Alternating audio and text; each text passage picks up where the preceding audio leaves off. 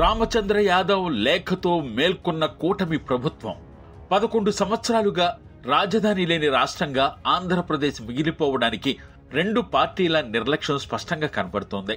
అమరావతిని రాజధానిగా గుర్తిస్తూ గెజెట్ నోటిఫికేషన్ విడుదల చేయాలని 11 సంవత్సరాల్లో ఒక్కసారి కూడా కేంద్రాన్ని అడగకుండా వైసీపీ, టీడీపీ పార్టీలు ప్రజల్ని దారుణంగా మోసం చేసినా ఒక్కరు కూడా ప్రశ్నించలేదు.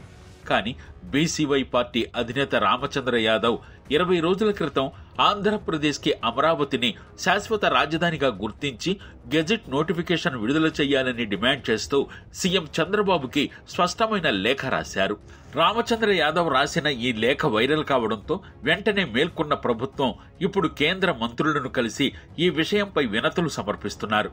మరి 6 సంవత్సరాలు అధికారంతో పాటు కేంద్రంలో భాగస్వామిగా ఉన్న టీడీపీ, 5 ఏళ్లు అధికారంలో ఉన్న వైసీపీ పార్టీలు ఇన్ని రోజులు ఎందుకు అమరావతిని రాజధానిగా గుర్తిస్తూ ఎందుకు గెజెట్ నోటిఫికేషన్ విడుదల చేయమని అడగలేదని బీసీవై పార్టీ తరపున ప్రశ్నిస్తున్నాం.